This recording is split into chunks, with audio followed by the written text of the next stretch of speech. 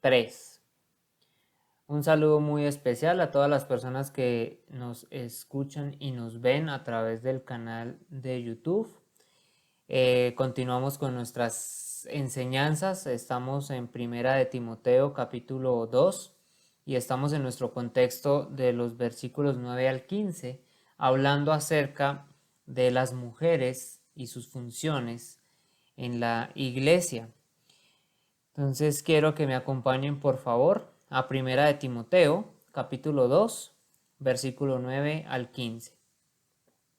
Asimismo que las mujeres se atavíen de ropa decorosa, con pudor y modestia, no con peinado ostentoso, ni oro, ni perlas, ni vestidos costosos, sino con buenas obras como corresponde a mujeres que profesan piedad. La mujer aprenda en silencio con toda sujeción, porque no permito a la mujer enseñar ni ejercer dominio sobre el hombre, sino estar en silencio. Porque Adán fue formado primero, después Eva, y Adán no fue engañado, sino que la mujer siendo engañada incurrió en transgresión, pero se salvará engendrando hijos si permaneciere en fe, amor y santificación con modestia. Oremos por la palabra.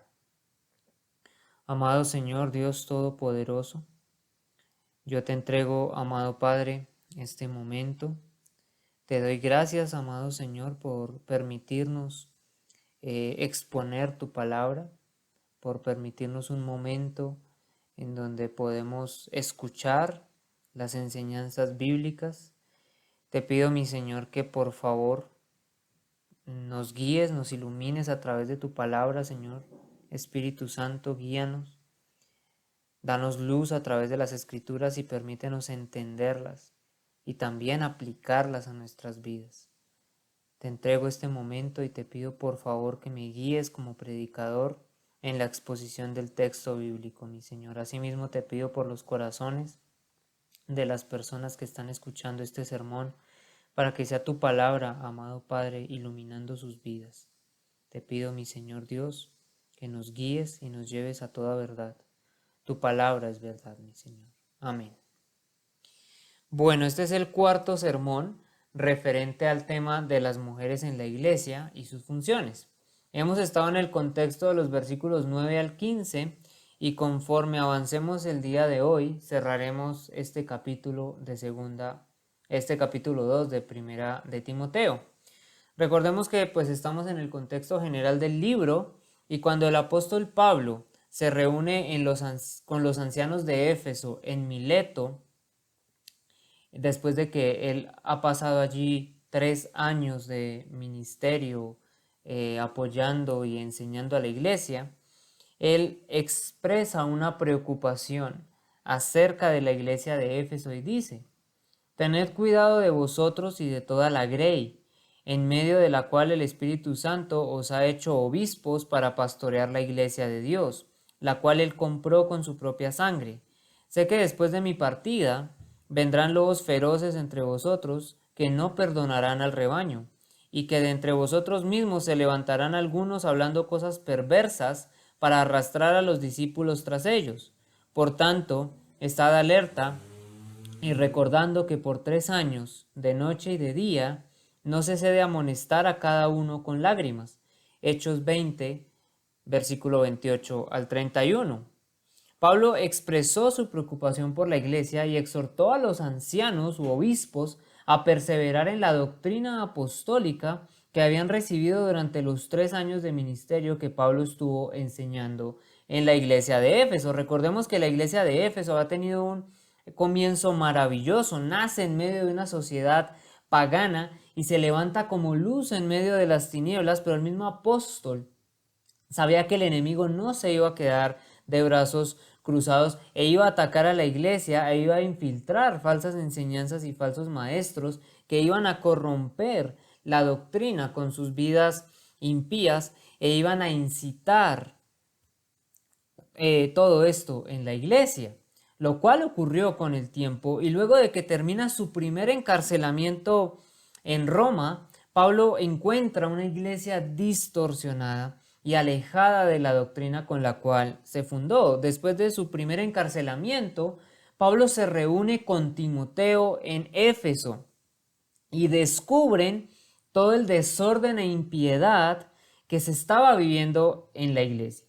Pablo toma medidas frente a la situación y comienza a corregir las cosas allí. Él mismo enfrenta a dos falsos maestros que al parecer eran prominentes, los cuales eran Himeneo y Alejandro, y el apóstol personalmente los expulsa de la iglesia. Después Pablo debe avanzar al oeste de Grecia y deja a Timoteo en Éfeso y le encarga que corrija lo que queda. Primera de Timoteo 1:3, podemos ver esto allí. Entonces, esta es una carta llena de instrucciones para la iglesia y de cómo ésta debe dirigirse correctamente. Podemos ver el corazón de la carta en Primera de Timoteo 3:15, donde el apóstol dice: te escribo para que sepas cómo debe conducirse uno en la casa de Dios, que es la iglesia del Dios vivo, columna y sostén de la verdad. El tema principal de la epístola y el tema primordial es corregir el liderazgo falso, y Pablo a partir del capítulo 3 comienza a instruir sobre esto. Algunos capítulos están más enfocados a esto que otros, pero el tema que está entrelazado desde el capítulo 3 al 6 es el tema de enfrentar los líderes falsos. El libro entonces es una polémica, es un tratado en contra de los líderes falsos que se habían levantado en la iglesia de Éfeso. Ahora, estos líderes falsos trajeron consigo mismos muchísimas cosas, impiedad, su impiedad se manifestaba, falsas enseñanzas, y todo esto se manifestaba de muchas maneras. Una de las maneras en las que su liderazgo falso trajo problemas a la iglesia fue el asunto de la función de las mujeres. Aparentemente en esta iglesia había ciertas mujeres que deseaban tomar el lugar del maestro oficial en la iglesia y usurpar la autoridad de los hombres para guiar la iglesia. Este fue sin duda uno de los problemas que surgieron como consecuencia del liderazgo falso. Bien pudo haber sido también, no hay una seguridad absoluta dentro del marco académico, que alguna de estos maestros mismos fueran incluso mujeres. Podrían haber sido mujeres mismas que estaban también ejerciendo funciones como maestros. Y tal vez esta es la razón por la que los requisitos para un anciano son dados en el capítulo 3 y son dados de una manera distintiva como requisitos para hombres, tales como marido de una sola mujer, el hombre que sabe cómo administrar su propia casa, pero indistintamente de las filosofías y las malas enseñanzas que se estaban promoviendo en Éfeso respecto a esto, algo sí es claro a la luz de las Escrituras, y es que hubo mujeres tratando de usurpar las funciones de los hombres en la iglesia, buscando ser maestros, pastoras, tratando de pasar por encima de la autoridad bíblica delegada a los hombres en el marco de la iglesia. Y cuando llegamos al versículo 9 al 15 del capítulo 2, Pablo nos da 6 elementos muy importantes acerca de la función de las mujeres en la iglesia. Y estos son su apariencia, su actitud, su testimonio, su función, su propósito y su contribución. Vimos de manera clara las 4 primeras en los sermones anteriores y cómo todas de alguna manera se entrelazan y no existen separadas la una de la otra, sino que juntas nos dan el modelo bíblico del diseño de Dios para la mujer. A manera de resumen, cuando una mujer se congrega para la adoración pública, ella se debe preparar de manera adecuada, de tal manera que refleja a Cristo en todo su conjunto, desde su apariencia hasta su manera de actuar, profesando un testimonio adecuado, coherente como una mujer que profesa piedad, y eso lo hace con buenas obras. Ahora, esto no es algo que permanece oculto en ella, sino que es una profesión pública de una vida piadosa, donde la intención, donde la atención no la atrae a ella misma, sino que atrae la atención es para Dios. Es decir, la mujer cristiana no desfila su riqueza o belleza o sexualidad para atraer a los hombres, no desfila en orgullo y soberbia, rindiendo culto a lo externo y a la vanidad, sino que es una mujer pudorosa y modesta, que siente una vergüenza total cuando es piedra de tropiezo en la congregación o cuando de alguna manera indebida atrae con su sensualidad a los hombres. Es una mujer temerosa de Dios en todo lo que hace, tiene un peso real por el pecado y esto la lleva a ser un buen testimonio para los demás, y sus obras prueban esa profesión de fe. Todo esto va apoyado por sus buenas obras como una mujer coherente a las escrituras y a la obediencia que dice profesar a Dios. Esto nos lleva al cuarto punto, que es la función de las mujeres, y este es el corazón del texto y lo encontramos en los versículos 11 y 12. Y es necesario poderlo entender de manera profunda, por eso voy a cerrar estos versículos el día de hoy de manera diligente para poder continuar con los últimos dos puntos, que son el propósito y la contribución de la mujer. Pablo nos dice en el versículo 11 y 12, la mujer aprenda en silencio con toda sujeción, porque no permito a la mujer enseñar ni ejercer dominio sobre el hombre, sino estar en silencio. Un breve recordatorio de lo que veamos en los sermones anteriores es que es importante poder ver la función que Pablo está estableciendo en estos versículos, y primeramente él establece el derecho que tiene la mujer de aprender. Veamos la importancia de esto, y es que la mujer, tanto en el Antiguo Testamento como en el Nuevo Testamento, tiene el mismo derecho e igualdad espiritual que el hombre. Ambos tienen la misma dignidad delante de Dios, pero esto no contradice tampoco la diferencia de funciones que el Señor ha diseñado para hombres como para mujeres. Pero ¿cómo deben cumplir las mujeres con el aprendizaje en la adoración pública? Pablo nos indica que debe ser en silencio y con toda sujeción. El silencio, recordemos, se refiere a no enseñar, se refiere al rol de la enseñanza en el marco de la adoración pública. La sujeción se refiere a no gobernar sobre el hombre. Esto es que las mujeres en la iglesia no deben ser las maestras ni tampoco ejercen funciones de gobierno cuando la iglesia se congrega en su adoración apropiadamente constituida. Las mujeres no deben ser las personas que enseñan y no deben ser las que lideran.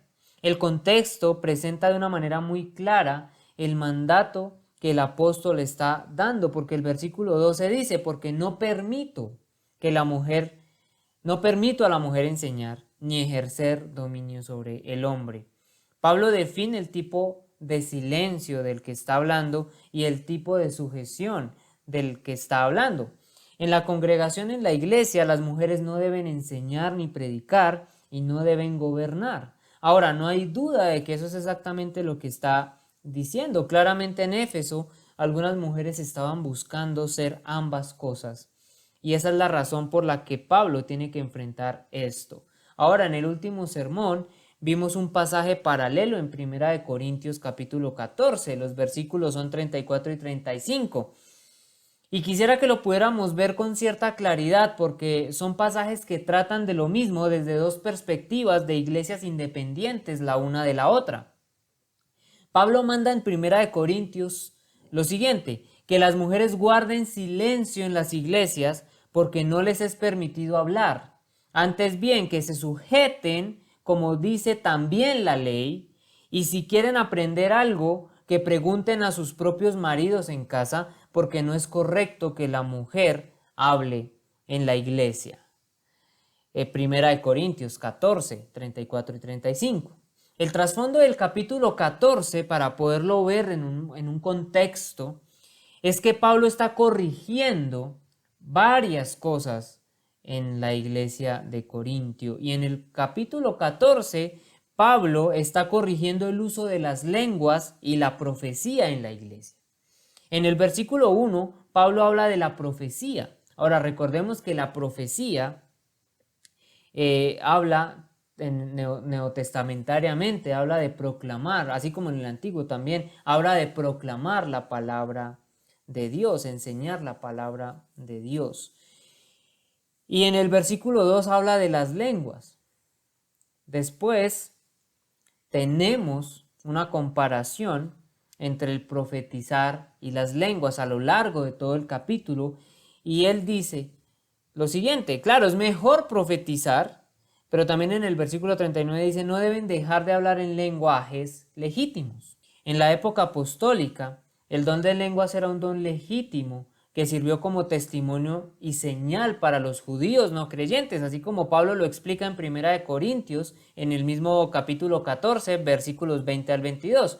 Él dice: hermanos, no seáis niños en la manera de pensar, más bien sed niños en la malicia, pero en la manera de pensar sed maduros. En la ley está escrito: por hombres de lenguas extrañas y por boca de extraños hablaré a este pueblo, y ni aun así me escucharán, dice el Señor. Así que las lenguas son una señal, no para los que creen, sino para los incrédulos. Pero la profecía es una señal, no para los incrédulos, sino para los creyentes. No voy a entrar a profundizar acerca del don de lenguas en la época de la iglesia primitiva, pero claramente a medida que Pablo corrige este tema de desorden en la iglesia de Corintio, nos damos cuenta cómo algunos movimientos modernos promueven prácticas antibíblicas a la hora de querer aplicar estas cosas en la iglesia y con un desorden absoluto además. Entonces Pablo está corrigiendo todos estos temas y dice que hablen 2 o 3 personas y que haya intérprete además. Pablo enfatiza que todo se debe hacer en orden, pues Dios, dice ahí el texto, no es Dios de confusión, sino de paz, como en todas las iglesias de los santos. Y justo después dice, versículo 34 y 35, las mujeres guarden silencio en las iglesias, porque no les es permitido hablar. Antes bien, que se sujeten, como dice también la ley.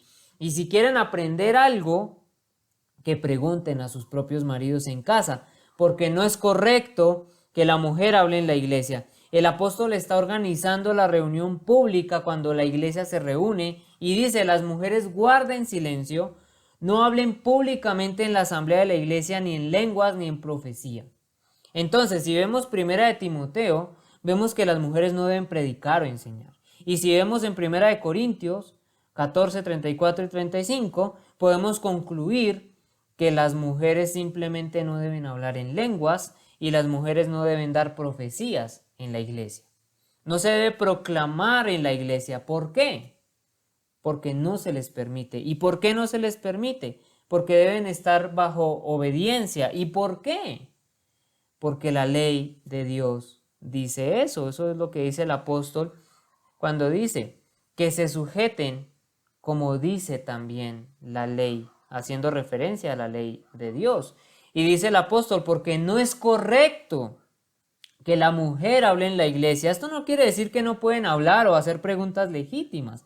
Tanto en Primera de Corintios y Primera de Timoteo se está hablando de gobierno, de organización, de enseñanza pública, de no usurpar la función de autoridad, de no querer arrebatar el liderazgo de la iglesia. Entonces, ¿qué está diciendo Pablo? Cuando se congrega la iglesia, las mujeres no deben predicar o enseñar, no deben proclamar la palabra de Dios, no debían hablar en lenguas en la reunión de adoración pública cuando este don estaba en funcionamiento para la iglesia primitiva, además que era como señal para los judíos incrédulos. Claramente, el resumen de estas cosas es que las mujeres, cuando la iglesia se congrega, deben escuchar a los hombres. Eso es simplemente lo que Dios ha establecido.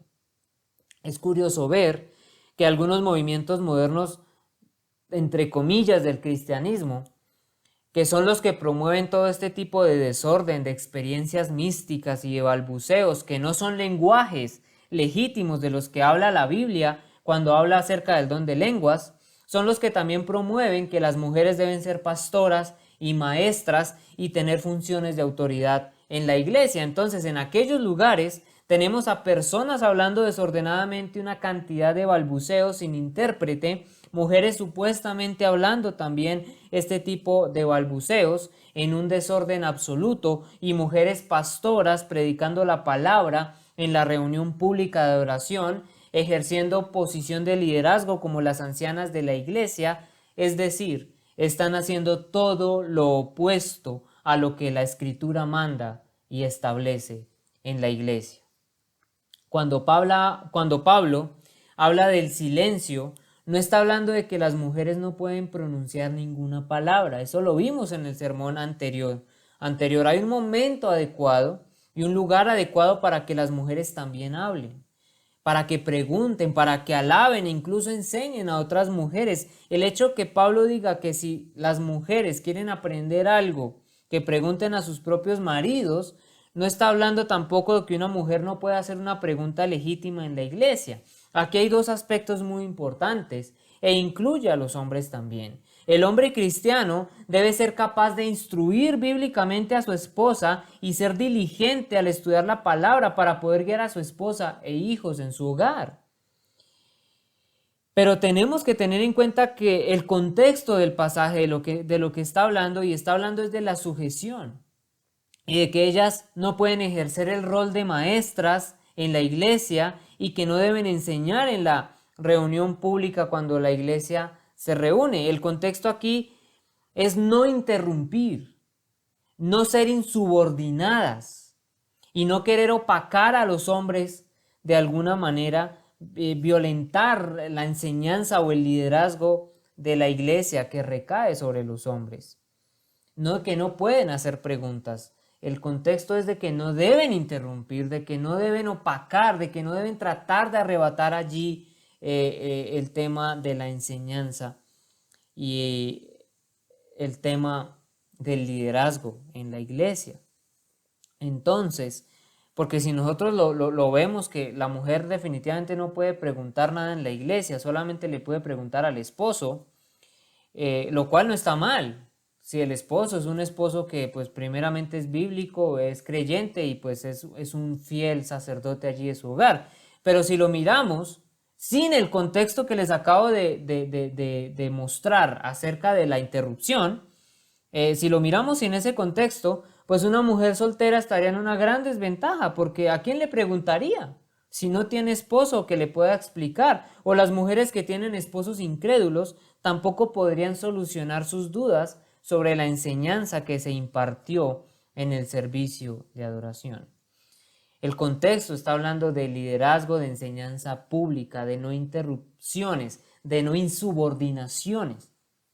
Entonces hay un momento y un tiempo en donde se pueden hacer preguntas legítimas, pero sin pasar por encima de lo establecido en la iglesia ni del liderazgo de la misma. Cuando el predicador o maestro desvía la responsabilidad de la comunicación a su congregación y les dice o permite un espacio para preguntas o oír algo acerca de los congregantes, en ese momento se está abriendo el espacio para ello y además supervisado por el maestro. Pero ese no fue el asunto en Corinto y tampoco en Éfeso. El asunto fue interrupción, el asunto fue usurpación. Y por eso Pablo establece y manda a la iglesia en cómo se debe organizar y cómo debe llevar el servicio de adoración pública. Todo esto que hemos visto afirma e indica el orden divino de Dios para su plan soberano. Y es lo que el apóstol está estableciendo cuando dice: la mujer aprenda en silencio con toda sujeción, porque no permito a la mujer enseñar ni ejercer dominio sobre el hombre, sino estar en silencio. Esto es acerca de las funciones. Y el hecho de que sean diferentes para hombres y mujeres no quiere decir que haya una desigualdad espiritual o algún tipo de preferencia por parte de Dios. Tanto hombres como mujeres tienen la misma dignidad delante del Creador, pero es muy importante entender que Dios diseñó las funciones para cada uno de manera soberana y en eterna sabiduría. Veíamos que el diseño divino es muy claro y evidente en las Escrituras. Escribe el apóstol Pablo: pero quiero que sepáis que la cabeza de todo hombre es Cristo, y que la cabeza de la mujer es el hombre, y la cabeza de Cristo es Dios. Primera de Corintios 11:3. El Espíritu Santo nos sigue llevando a través de Pablo la manera en cómo Dios, por su soberano consejo, diseñó a hombres y mujeres. Más adelante él dice: pues el hombre no debe cubrirse la cabeza, ya que él es la imagen y gloria de Dios. Pero la mujer es la gloria del hombre, porque el hombre no procede de la mujer, sino la mujer del hombre. Pues en verdad el hombre no fue creado a causa de la mujer, sino la mujer a causa del hombre.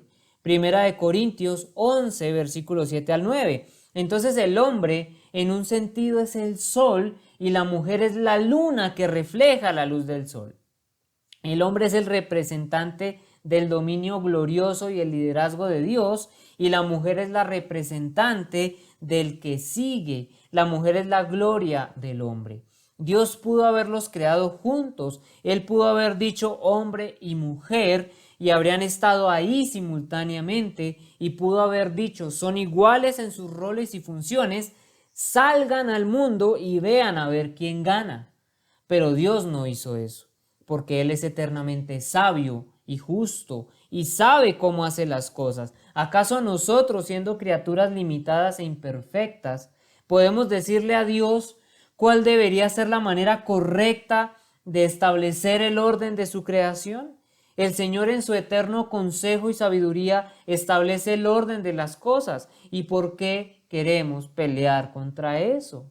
La mujer fue tomada del hombre. El hombre no fue tomado de la mujer, sino que la mujer fue tomada del hombre. El hombre vino primero. Ahora, tampoco el varón fue creado por causa de la mujer, sino que la mujer fue creada por causa del varón. Ahora, ¿por qué no queremos aceptar esto? Permítame decirles cuál es la filosofía que está detrás de esto. Y es que Dios ha diseñado toda la vida humana en términos de una palabra clave, y es relaciones. Todo depende de las relaciones. Familias, padres y madres e hijos, maridos y esposas. Todo el mundo tiene su relación y dentro de esas relaciones hay funciones diferentes. ¿O no es así? Muy bien, en nuestra cultura y nuestra sociedad, la palabra no es relación, la palabra es individualidad. Yo quiero mis derechos, yo quiero hacer lo que yo quiero. Si encajas en mi vida por un tiempo puedes entrar, en cuanto no me gusta lo que estás haciendo te vas o te dejo. Y tristemente las mujeres se han visto bastante afectadas, los hombres también por esta manera de pensar, pero las mujeres se han visto bastante afectadas por este tipo de cosas. Y es muy triste ver a las mujeres cristianas pensando de esta manera, y en especial las más jóvenes, que son las que se dejan influenciar con este tipo de filosofías. Lo que ellas tal vez quieren ignorar, porque no es que no lo sepan, de pronto lo quieren es ignorar, es que están siendo tremendamente desobedientes a Dios en lo que respecta a su diseño. Es muy importante, mujeres, que ustedes tengan conocimiento bíblico, que conozcan la Biblia, que tengan una teología bien fundamentada y obviamente una teología sana, porque es triste ver allí a tantas mujeres y sobre todo jóvenes, mujeres jóvenes, que se dejan seducir por la filosofía mundana, por la filosofía de la sociedad, y piensan de manera similar a la sociedad y están en contra y van en contra de alguna manera de lo que las escrituras establecen para ellas. Entonces, ¿qué es lo que hace Satanás para atacar la función de las mujeres? Él ataca el concepto entero de la familia, les mete ideas erróneas tanto a hombres y mujeres en su cabeza y devasta y destruye la familia. Y en la devastación y en la destrucción de la familia, lo único que queda es un grupo de individuos que ven el mundo entero por sus propios ojos y ven únicamente su propia individualidad y gritan por sus libertades desordenadas. Esto es el meollo del asunto, pero la iglesia es un organismo y la familia es un organismo, y las relaciones de la familia llevan a la iglesia a ese mismo tipo de actitud. El movimiento feminista no es nada más que la raza humana siendo definida como un grupo de individuos que no tiene relación entre sí y todos están demandando su propia manera de pensar, y esa es la gran mentira de Satanás. El apóstol dice: porque no permito a la mujer enseñar ni ejercer dominio sobre el hombre. Epitrepo es la palabra griega que se utiliza para permito y se emplea siempre en el Nuevo Testamento para referirse a permitir que se haga lo que se desea hacer. Entonces, en otras palabras, Pablo está diciendo: no permito hacer lo que ustedes, mujeres, desean hacer. ¿Y qué es lo que desean hacer? Enseñar públicamente en el servicio de adoración pública y ejercer dominio sobre el hombre. Y Pablo les dice: no lo permito. El que Pablo haya escogido usar esta palabra, pues indica claramente que algunas mujeres en Éfeso deseaban predicar en público y deseaban enseñar públicamente y tener esa autoridad sobre la congregación, como ocurre en la iglesia actual. Sin embargo, Pablo, como el apóstol oficial de Jesucristo, no permite eso. La función del anciano como evangelista y maestro pastor es solo para hombres. El infinitivo presente didaskein, que se utiliza para enseñar, se traduciría mejor que sea maestra, porque Pablo no prohíbe a las mujeres enseñar bajo ciertas condiciones y circunstancias apropiadas, sino que él prohíbe ocupar el puesto y la función de pastor o maestro en la vida de la iglesia. Pablo añade a la prohibición, añade algo más, y es que la mujer no debe ejercer dominio sobre el hombre. Aquí tenemos una palabra muy interesante para usurpar autoridad. Autentein es la palabra para ejercer dominio sobre. Esta palabra es usada únicamente aquí, en todo el Nuevo Testamento, e indica una persona que desea usurpar la autoridad. Ahora, su silencio es el silencio de no ser la maestra, y su sujeción es la sujeción de no ser autoridad.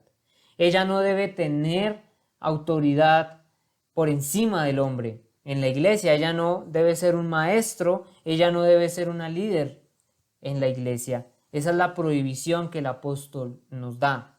Nuevamente, esto no quiere decir que una mujer no puede orar o que no puede enseñar en circunstancias adecuadas, o que no puede hablar la palabra de Dios, o que no pueden hacer preguntas. Hay un espacio y un tiempo para hacerlo, y supervisado por el maestro o los líderes de la iglesia. Hay algo importante, y es que el silencio es el asunto antes y después en los versículos 11 y 12.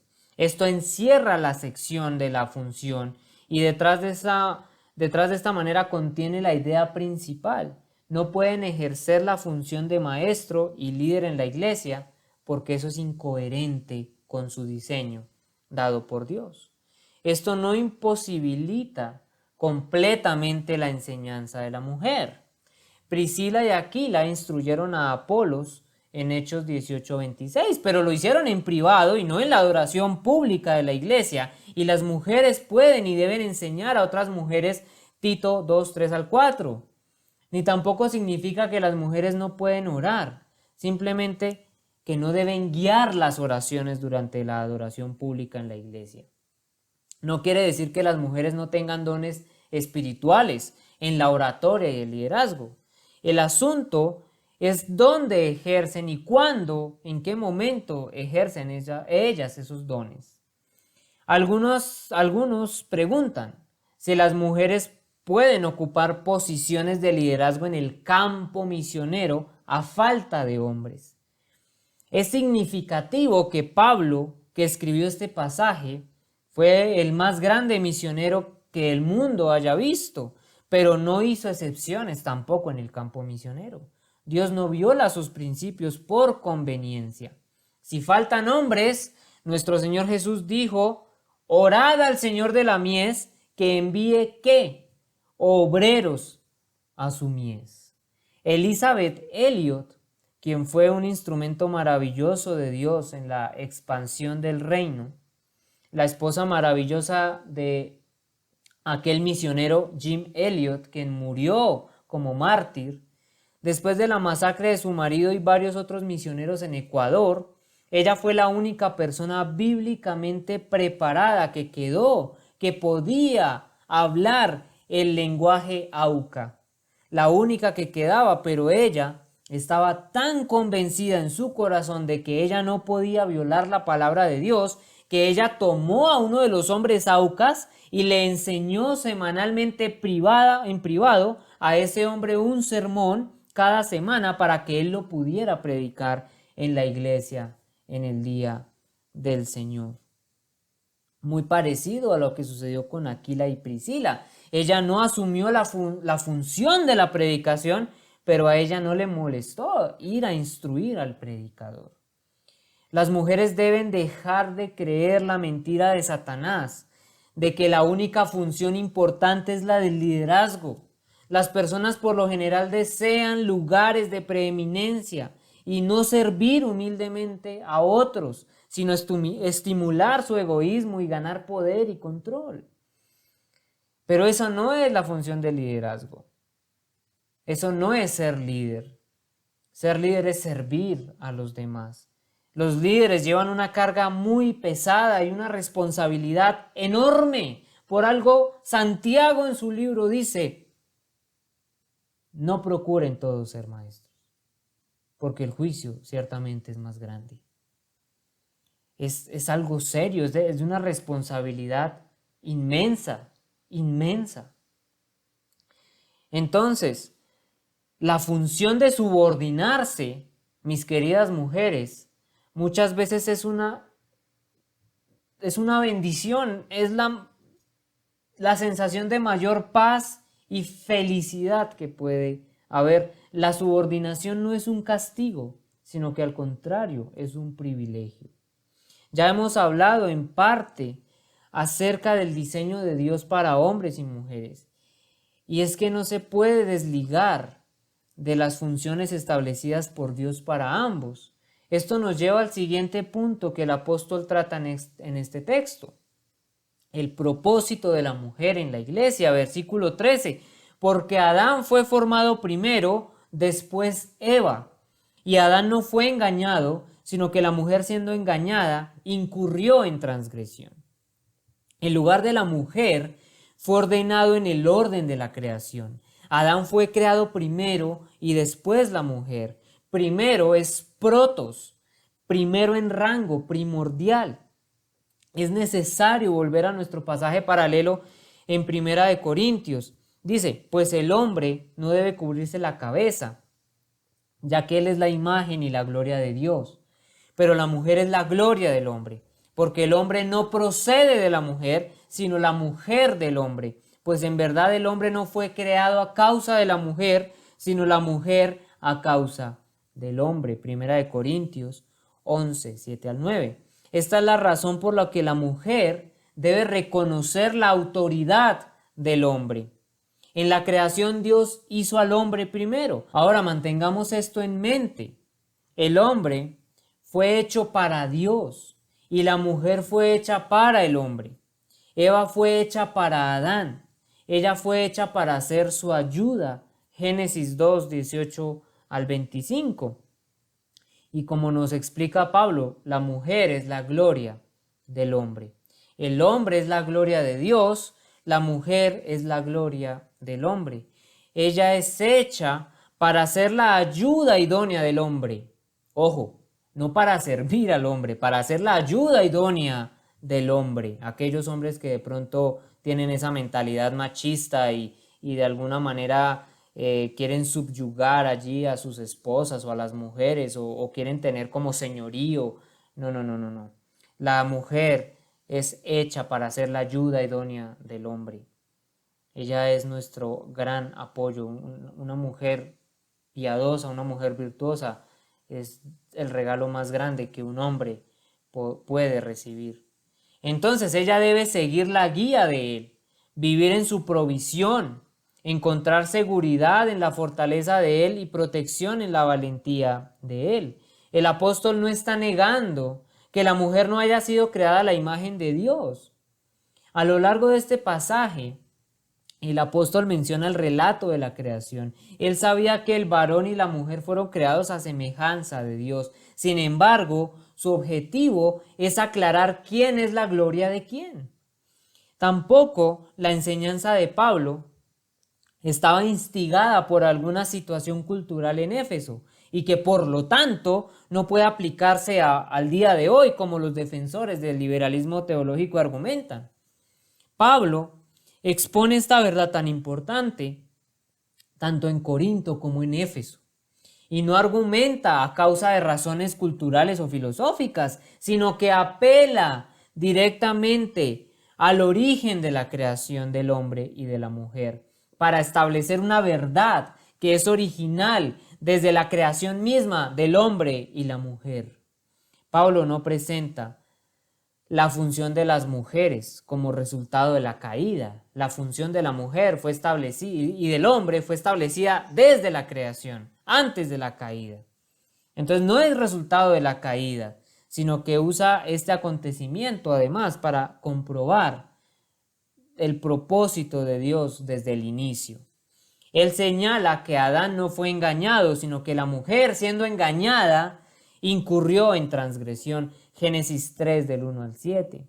Nos muestra la historia de lo que sucedió cuando Eva usurpó la función de liderazgo. Hablamos de la caída de Adán y de manera apropiada porque en Romanos capítulo 5 nos dice: por tanto, como el pecado entró en el mundo por un hombre y por el pecado la muerte, así también pasó a todos los hombres, por cuanto todos pecaron. Romanos 5:12. Hablamos de la caída de Adán porque Adán es el representante de la raza humana. Su nombre representa al hombre genérico, por así decirlo. Representa toda la raza. Él es la cabeza de la raza y él cayó. Pero tenemos que mantener en mente que él no cayó primero. Primero la mujer cayó. Pero como él tenía una responsabilidad sobre la mujer, a él se le atribuye esa responsabilidad misma. Y la caída de ella lo confirma. En el versículo 13 dice que la mujer necesita una cabeza. Ella necesita un fortalecedor. Porque cuando ella salió de debajo de la fortaleza de Adán y trató de operar independientemente en conflicto con el enemigo, ella fue engañada. Por cierto, el término para fue engañada es muy fuerte. Es más fuerte que una palabra común para engañado. Es una palabra que significa ser completamente engañada o ser profundamente engañada. Y la intención de lo que la palabra está diciendo aquí es que la mujer necesita protección, que ella tiene cierta vulnerabilidad. Ella fue diseñada con la necesidad de una cabeza. Ella fue diseñada con la necesidad de un líder. Ella fue diseñada con la necesidad de un protector. Entonces la caída no fue simplemente por la desobediencia al mandato de Dios, sino por la violación de las funciones que Dios había señalado para cada uno de los sexos. Esto no quiere decir que Adán es menos culpable que Eva o que ella era más imperfecta, no, para nada. Aunque Adán no fue engañado por Satanás primero como lo fue Eva, Adán decidió desobedecer a Dios. Como cabeza de su relación, él lleva la responsabilidad final. Por eso el Nuevo Testamento relaciona la caída del pecado de Adán, no con el de Eva. La dirección por el hombre, entonces, es parte del plan de Dios desde el principio. Y es el hombre el que tiene la responsabilidad por su éxito o fracaso. La trágica experiencia del encuentro con la serpiente en el huerto confirma la sabiduría de ese plan. Ahora, algunos podrían decir, ¿pero acaso esto no deja a la mujer con un estigma terrible? Ya que ella fue la que cayó primero por violar el orden y su función de sujeción al hombre. Muchas mujeres pueden pensar que se sentirían tal vez más cómodas con Romanos 5, pues le atribuye directamente la responsabilidad de la caída al hombre, pero que de alguna manera estos pasajes que estamos viendo pueden colocar un estigma en ellas y entonces para evitar cualquier tipo de injuria sesgada únicamente en contra de la mujer, Pablo nos presenta el último punto, y ese es la contribución de las mujeres. Dice el apóstol: pero se salvará engendrando hijos si permaneciere en fe, amor y santificación con modestia. Algunas personas pueden llegar a confundirse con este versículo, pero es muy sencillo de comprender y es además maravillosamente instructivo. Dice Pablo: ella se salvará engendrando hijos, pero es necesario mirarlo en su contraste con el versículo anterior que dice: Adán no fue engañado, sino que la mujer, siendo engañada, incurrió en transgresión, entonces ella se salvará, pero se salvará engendrando hijos. Hay un contraste allí muy interesante. Entonces ella está en la transgresión. Las mujeres están con el estigma del pecado en la caída, pero se salvará engendrando hijos. Ahora alguien dice: ¿qué tipo de salvación es esta? ¿Quiere decir que la mujer se salva del pecado al tener bebés? Claro que no. No es lo que el texto nos está diciendo. Sí está hablando de salvación, pero tenemos que entender de qué manera está hablando de salvación o de qué salvación, porque si no, iría en contra de todo lo que la Biblia enseña acerca de la salvación de las personas. Se salvará viene de la palabra griega sozo, un término neotestamentario común para la salvación. La palabra también puede significar rescatar, preservar seguro y sin daño, sanar o liberar de. Aparece varias veces en el Nuevo Testamento sin referirse a salvación espiritual. Por ejemplo, en Mateo 8:28 dice: los discípulos fueron a despertarlo. Señor, sálvanos, nos vamos a ahogar, gritaron.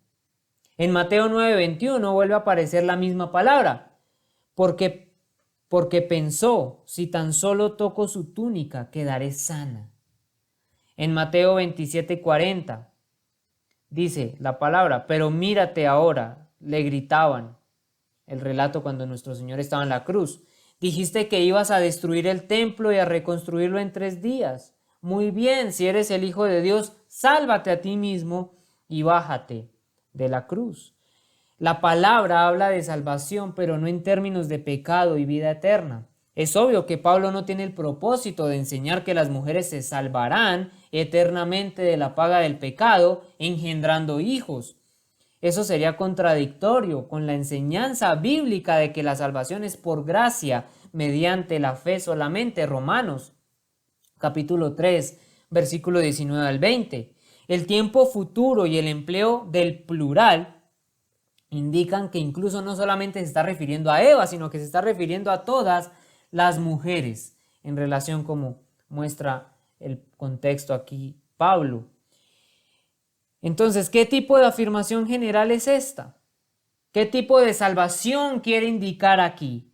Bueno, no salvas del pecado, evidentemente. La palabra salvará puede significar librada o puede significar salvado de cosas diferentes al pecado. Lo que tenemos que entender aquí es que todas las mujeres son libradas. Y aquí enseña Pablo que aunque una mujer precipitó la caída y las mujeres tienen esa responsabilidad en sus hombros, todavía pueden salvarse de ese estigma al tener hijos. El rescate, la liberación de las mujeres del estigma de haber guiado al género humano al pecado. Sucede cuando ellas traen una semilla justa. Y esto es una respuesta perfecta y además maravillosa. La mujer pudo haber causado que la raza cayera al salirse del diseño de Dios, pero también se les da responsabilidad prioritaria de criar una simiente piadosa. Podemos entender ahora esto, podemos entender muchísimo mejor el contexto. Ese es el equilibrio que nos está dando aquí el Señor. No hay salvación del alma, no nacimiento espiritual, sino que las mujeres son libradas de ser dejadas en una situación de estigma de segunda clase permanentemente por la transgresión que ellas tuvieron en el huerto. Entonces, las mujeres están muy distantes de ser ciudadanas de segunda categoría, porque ellas tienen la responsabilidad fundamental de educar hijos piadosos y de esa manera ser rescatadas de ese estigma a causa de su pecado en el huerto. Algunos se pueden preguntar, ¿y cómo es esto? Pues sencillo, porque al crear una simiente piadosa, es la piedad y la virtud de la madre que tiene mayor impacto en la vida joven, en la siguiente generación, ¿o no es así? Ellas tienen el desafío de crear una simiente, una descendencia piadosa. Dios ha diseñado esto para devolverle la dignidad a la mujer. Ella es salva del estigma de la caída y su camino a la dignidad y a la utilidad y su gran contribución viene al aceptar lo que Dios dijo de que engendrarían hijos. La maternidad entonces es la función diseñada para la mujer en general. Podemos ver el ataque directo de Satanás hacia el diseño de Dios para las mujeres y su gran contribución. La mujer tiene una contribución enorme para la iglesia y para la sociedad, pero el enemigo ha querido atacar eso y ha llenado con mentiras satánicas a la sociedad. La labor más hermosa y de honra inmensa para la mujer es el ser madres y criar a sus hijos. Pero la sociedad, claro que no lo ve así, pues ve a las madres o a las amas de casa como si fuera algo de poca estima. Y tenemos entonces mujeres individualistas que ni siquiera se preocupan por la crianza y formación de sus hijos, por estar intentando competir con el género masculino y alcanzar ese supuesto éxito que la sociedad ofrece. Y tanto las funciones como mujeres y el diseño que Dios estableció para que les sea devuelta su dignidad como mujeres, lo han pisoteado y lo han rechazado. Ahora, Pablo no solamente habla de engendrar hijos, sino que también dice, si permaneciere en fe, amor y santificación con modestia. Todo lo que una mujer debe ser, todo lo que una mujer cristiana debe profesar, y eso también lo refleja con la crianza y educación de sus hijos. El diseño divino para la mujer desde la creación es el de engendrar hijos y ser ayuda idónea para el hombre.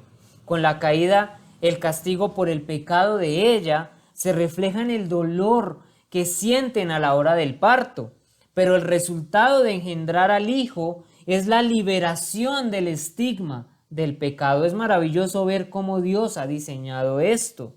El dolor que ella enfrenta le recuerda su pecado. El resultado, o sea, cuando el niño nace, le recuerda la gracia restauradora de Dios y la vuelve a colocar en el lugar en donde ella hace una contribución positiva a la piedad de la próxima generación, a educar una generación piadosa para el Señor.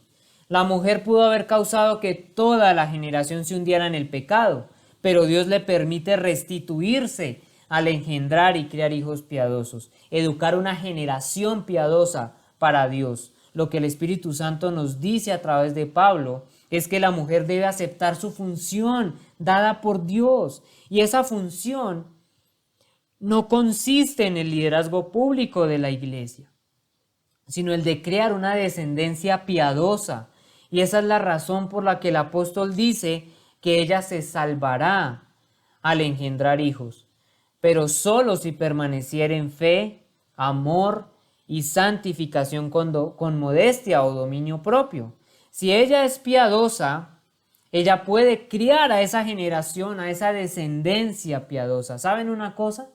Es muy triste y trágico además que las mujeres quieren quejarse por una vida insatisfecha porque no pueden actuar como los hombres y tienen el privilegio único de crear una generación piadosa de hijos para Dios que son criados en su pecho mismo y que llevan una relación íntima con ellos.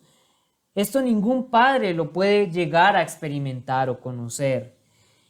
Y de esta manera, restaurar su dignidad de esa condición caída a la cual ellas contribuyeron, y de esa manera pueden convertirse en todo lo que Dios quiso que fueran. Son libradas de los resultados del pecado y pueden mantener una influencia positiva en la sociedad y en la iglesia al aceptar la función como una madre que cría hijos piadosos. Por diseño divino, en la iglesia somos guiados por hombres. La función de Dios para ellos es predicar, enseñar, proveer el liderazgo en la iglesia. Pero el equilibrio perfecto de esto es la influencia de mujeres piadosas que criaron esa generación piadosa para Dios. La única manera en que eso sucederá es si ellas permanecieren en fe, amor y santificación con modestia. Es decir, la mujer descrita en los versículos 9 y 10 que estudiamos en los sermones anteriores. Pablo comienza describiendo y exhortando cómo deben ser las mujeres cristianas y termina cerrando el tema exhortando que así es como deben permanecer. Y no es que en ocasiones solamente sean piadosas y modestas, sino que es una actitud que debe permanecer en ellas. Esa es su marca como mujeres que siguen a Cristo. Las mujeres cristianas piadosas criarán la próxima generación piadosa. ¿Quieren saber por qué hay un movimiento de liberación de mujeres, supuestamente, de feminismo y todo esto que vemos en la actualidad? Porque hay un diablo que no quiere que Dios lleve a cabo su obra. La fe en el Señor, el amor sincero hacia Dios, la santidad y pureza de vida de la mujer, el dominio propio modesto de ella, caracterizarán el estado espiritual de ella y de la generación que ellas van a engendrar, que va a bendecir al mundo. Así es, así como ella produjo una vez maldición, ella ahora produce bendición al criar una generación piadosa. Ese es el llamado para la mujer por parte de Dios. Para cerrar, quisiera darles algunos ejemplos de mujeres piadosas conforme a Cristo. Una de ellas es Susana Wesley, esposa de un pastor y madre de 19 hijos. Ella ha pasado a la historia como una de las madres cristianas más ejemplares. Ella estableció en su hogar una serie de reglas para sus hijos y su crianza. Si un hijo quiere llorar, que llore con calma, era la primera regla. 19 hijos, y se dice que en su casa rara vez se oyó a alguien llorar de manera fuerte. Segunda regla, no va a haber comida ni bebida entre las comidas, excepto cuando estén enfermos. Regla número 3, el sueño también fue regulado. Cuando era muy pequeño, al hijo se le daban 3 horas en la mañana y 3 horas en la tarde. Esto fue acortado hasta que no se permitió que durmieran más durante el día para que aprendieran a ser productivos. Cuarta regla, de manera puntual, los pequeñitos fueron acostados en la cuna y arrullados hasta dormirlos. A las 7 de la noche a cada hijo se le colocó en la cama. A las 8 de la noche ella dejó la habitación. Ella nunca se sentó en su cama hasta que los hijos no se acostaran. Los pequeños, en quinto lugar, tenían su propia mesa cerca de la mesa principal. Cuando podían usar el cuchillo y el tenedor, eran elevados a la mesa de la familia, y eso me parece una gran idea. En sexto lugar, cuando uno debe comer, en sexto lugar ella estableció que se debía comer y tomar todo lo que se les da o todo lo que había para comer. En séptimo lugar, los hijos deben dirigirse el uno al otro como hermana y hermano. Octavo, ella nunca se permitió mostrar su enojo ni regañar en enojo. Ella siempre explicaba y explicaba pacientemente. Ella pasaba 1 hora diaria encerrada con Dios, a solas, en su habitación, orando por cada uno de sus hijos. Y de sus hijos se levantaron 2 hombres tremendamente usados por Dios, que trajeron un avivamiento grande a Inglaterra mientras Francia estaba bañada en una guerra. Ellos son John Wesley y Charles Wesley. Y estos hombres pasaron a la historia cristiana como unos de los hombres más eminentes y apasionados por Dios. Pero quizá detrás de todo esto estuvo una madre piadosa. Y ciertamente eso es así. Otro gran predicador en la historia es George Campbell Morgan. Y él dijo, y cito, mi dedicación a la predicación de la palabra fue materna. Mi mamá nunca se lo dijo al bebé o al niño, pero ella esperó. Pero cuando apenas tenía 8 años de edad, yo le prediqué a mi pequeña hermana y a sus muñecas, ordenadas apropiadamente delante de mí. Mis sermones fueron historias bíblicas que yo había oído inicialmente de mi madre. Luego, George Campbell tuvo 4 hijos y los 4 se convirtieron en siervos de Dios. Y en una ocasión, cuando George estaba explicando a todos los predicadores de su familia, alguien le dijo y le preguntó, ¿quién es el predicador más grande en tu familia? Y él respondió sin vacilar, mi madre. El padre de Charles Spurgeon, John Spurgeon, alguna vez relató una historia muy personal. Él vivía muy ocupado con su trabajo y tan a menudo dedicado a cuidar las almas de su congregación, que gran parte de la responsabilidad de los hijos, de la crianza de los hijos, recayó en Elisa, su esposa.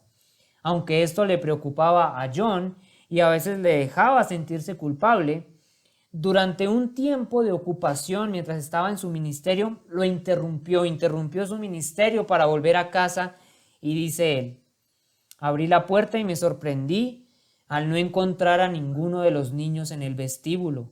Al subir en silencio, escuché la voz de mi esposa. Ella estaba en oración con los niños. La oí orar por ellos, uno por su nombre. Ella vino a Charles y especialmente oró por él porque era de gran espíritu y temperamento atrevido. Escuché hasta que terminó su oración y sentí y dije, Señor, seguiré con tu trabajo, los niños serán atendidos.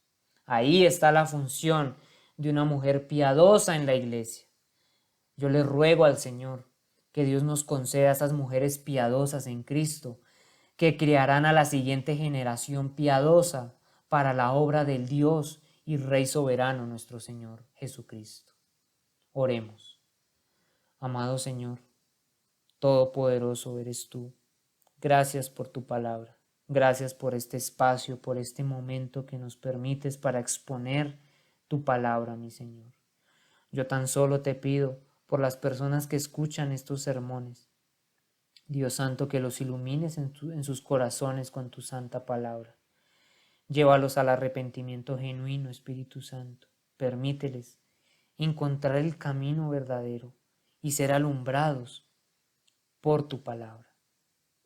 Dios mío, todo esto es para tu gloria y para tu honra.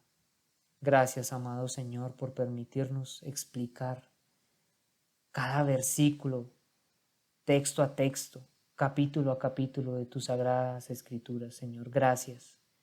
Te pido por las mujeres, mi Señor. Oh Espíritu Santo, redarguye sus corazones, inquieta sus corazones a cumplir con la función, la maravillosa función, mi Señor, que tú tienes y has diseñado para ellas.